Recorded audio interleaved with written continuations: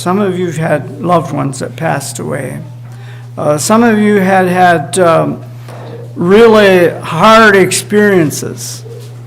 And as I look at people and the experiences that they've faced and the lack of control, let's say we're talking about children this morning and how they grow up, what you will see in your heart, what your heart will tell you when you lose control of those children will tell you what level of commitment or thirst that you had when you can let go. Same with the physical. There's things you can't control in your physical. And people can become very frustrated because they can't control the physical. When they can't control their children anymore, and when they're constantly worrying that it was their fault, maybe. You know, that tells us the level of control or the level that we've given over to God when there's things that happen in our lives that we cannot control. We absolutely cannot control. Where is your heart? You'll know where your heart is when those things happen and you can't control it anymore. You have to give it over to God. To understand how to quench our thirst, we need to take a look at the facts of life. Some of the things that happen. And my heart bleeds for people that can never seem to reach a level of living water. They're constantly frustrated by the things in life. I will walk this way. The first thing we'd like to look at, just a little briefly in each of these, I will walk this way only once. Only once. That's why I said I'd like to go back and be young again. I can't.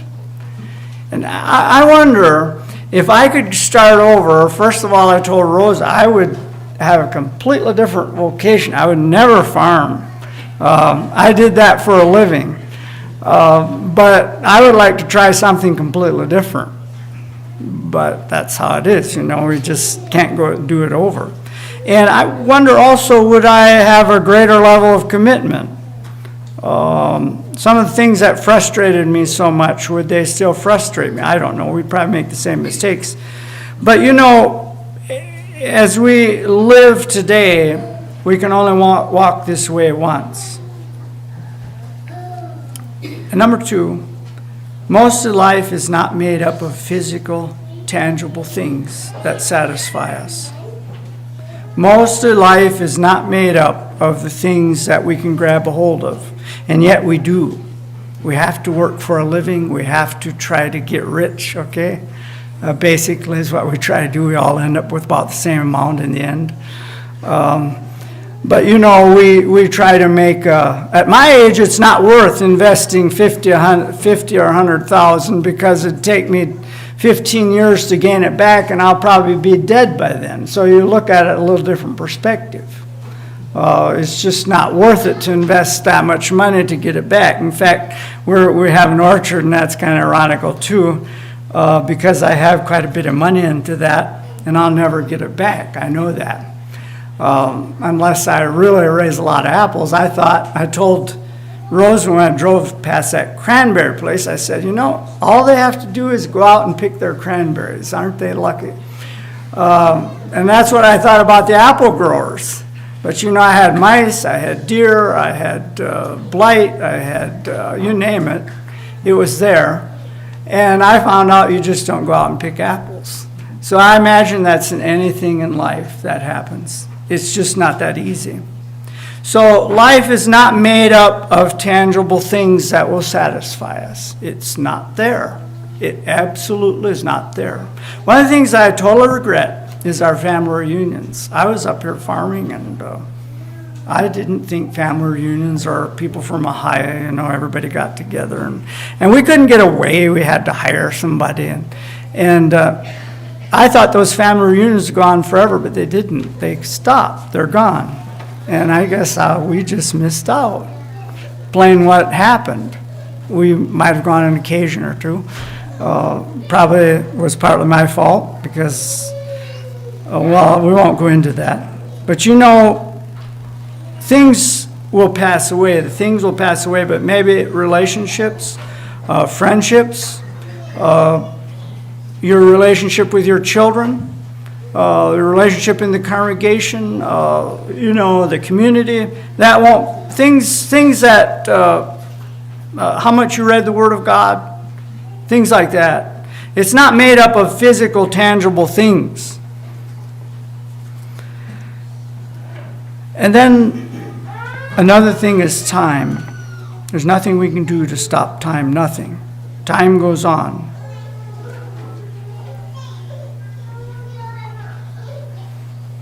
Change.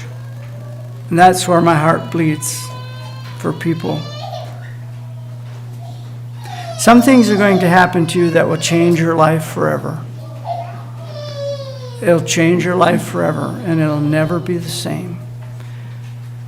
So change is unbound. Change comes, and there's nothing that we can do. My heart bleeds is the only way I can say it for people that don't accept the change in their life that has changed them forever. They're constantly stuck in a time warp. I don't care what it is. I don't care anything. And some people seem to be constantly stuck in a time warp way back there, and they can never get out of it. And I've never been able to figure out why. They certainly can't be sourcing. And I know there's things that affect you. I know there's things that affect your emotional life, your how you can maneuver in the future. Some of the things, some of the past, your past is in large part a part of you now. But can we move on from that? I don't think if we can move on, then we will never really experience.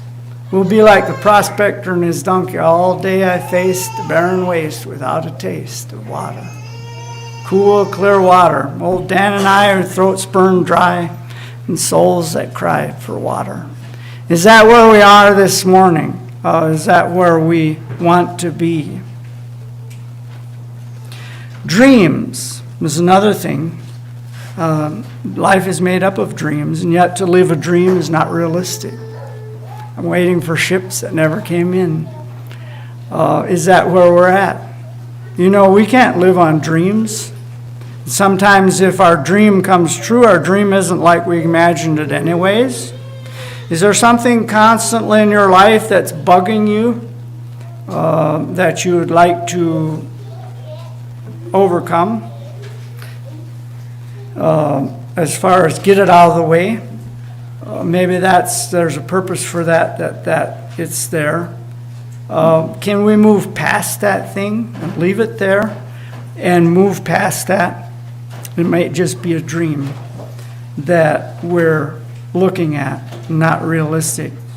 Another thing is life is short. Psalm 90, the days of our years are 70 years and 10, by reason of the strength they are 80. Psalm 109 says, I am gone like a shadow when it declineth. Life is so short. That's another thing that we keep in mind. And also another thing is the past cannot be changed.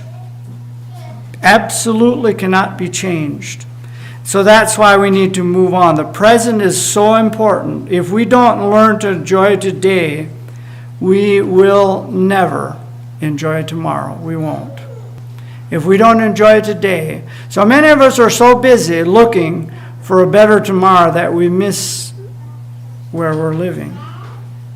Something bigger, something better, something more satisfying. Another thing that, this is personally okay. Some people may not agree with this, but I'm going to say it anyways. No, we're going to stick with Christians, okay? No one person is ever completely right. You knew that. It was nothing new. Sometimes we don't act like it. I'm saying even in scriptural things, that's why it's been hard for me to understand why the Mennonite spectrum as a whole, the Eastern, the nationwide, the Midwest, the Mid-Atlantic, the Beaches, the older Mennonites, the New Order Amish, why why have we, and I don't believe in a big ecumenical Mennonite movement. That's not what I'm saying. I believe there needs to be separate factions, okay? Not factions, separate entities. The Bible would speak that. The different, in Corinthians it says that. You know the one I'm talking about, where there's differences in administration. It's been so hard to me to understand all my life maybe because of what happened to me and how I hated the Mennonites to start with when I was a teenager. It's been hard for me to understand why people can't accept each other in that broad spectrum of the Mennonite movement. I will never understand that, never. Why, and I'm not downing anyone, I'm not discrediting anyone. All I'm saying is that we've failed. And what we see in our nation is a reflection of where we've failed.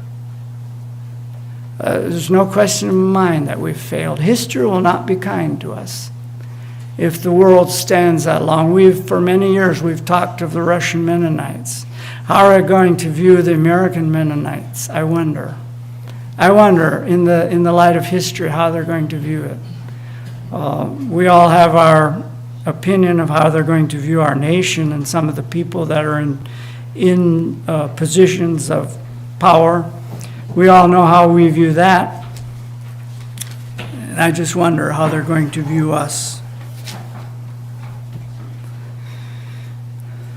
I don't know. I'd just like to leave you that question. No one believer, no one person is ever completely right in life or wrong. And to understand that is why we thirst. To expect everyone to agree or understand me is an indication we're thirsty. Are we drinking from the wrong source? Can we come to the source? I remember Mom and Dad had a spring. And I don't know if you've ever seen an artesian spring or well. They had grandpa built a wooden, maybe I told this before, but it always impressed me. We used to put crabs in that. It was a cement tank, kind of, and it was about as tall as this pulpit, I think, and it had a pipe going out the lower edge of it, about 3/4, half of the way down. And out of this pipe flowed water faster, I'd say about 3 times as fast as you could let out of a kitchen tap.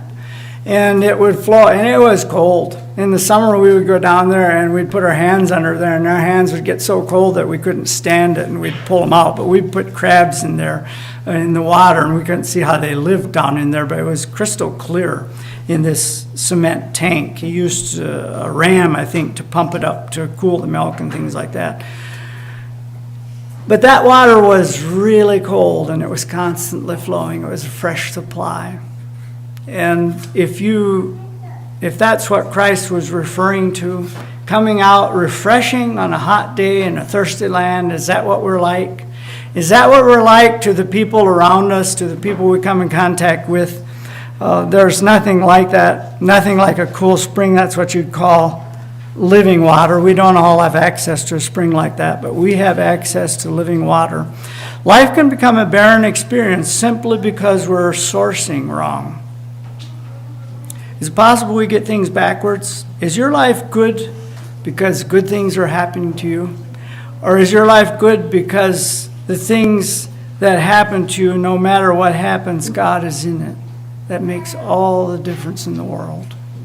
Life is mostly an attitude.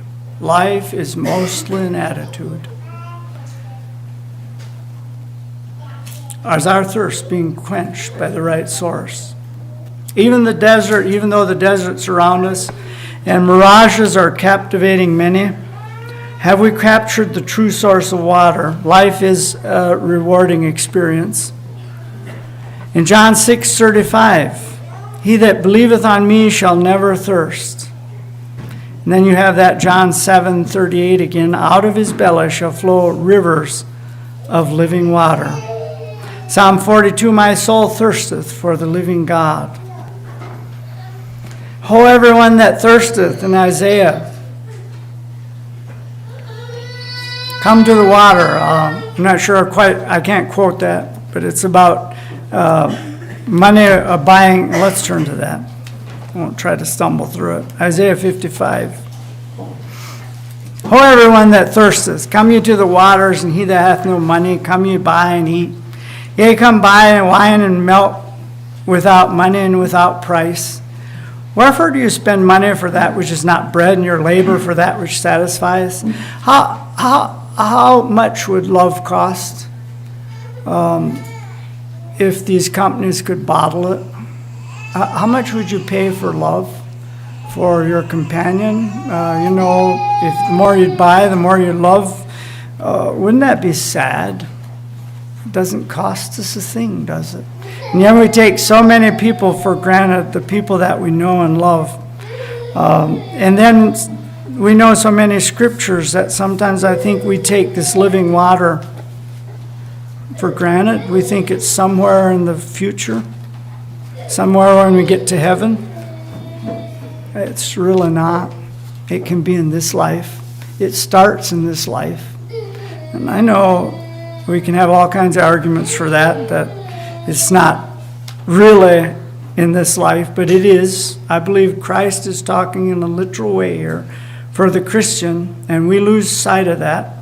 It says in Psalm 78:15, he gave them streams, got water out of the rock. It says he got streams out of the great depths, and he clave rocks in the wilderness. Impossible places. And they didn't appreciate its true value. I'm not talking to you this morning, I'm talking to myself. Has life been barren for you? Have you been enjoying life? I think one of the reasons that I would like to go back and be young is because the young people have such an exceptional future ahead of them. They'll see things that some of us older ones will never see. And the light shines the brightest when it's the darkest. If you go into a dark room, you've seen that. The brighter the light is, the darker it is. And I'm thankful that our young people can go and see the future, go where we as older ones can't. And they may see some of God's ways unfolding that we'll never see. Some of the things that we might wish to see but never can. And of course, the experiences will be hard. There'll be things that they go through. We all have. But God is still faithful. And remember, we have that tremendous promise. Out of your belly shall flow rivers of living water. There's nothing that can defeat that. Not all the power that's arrayed against us can defeat that. Shall we kneel together for a prayer?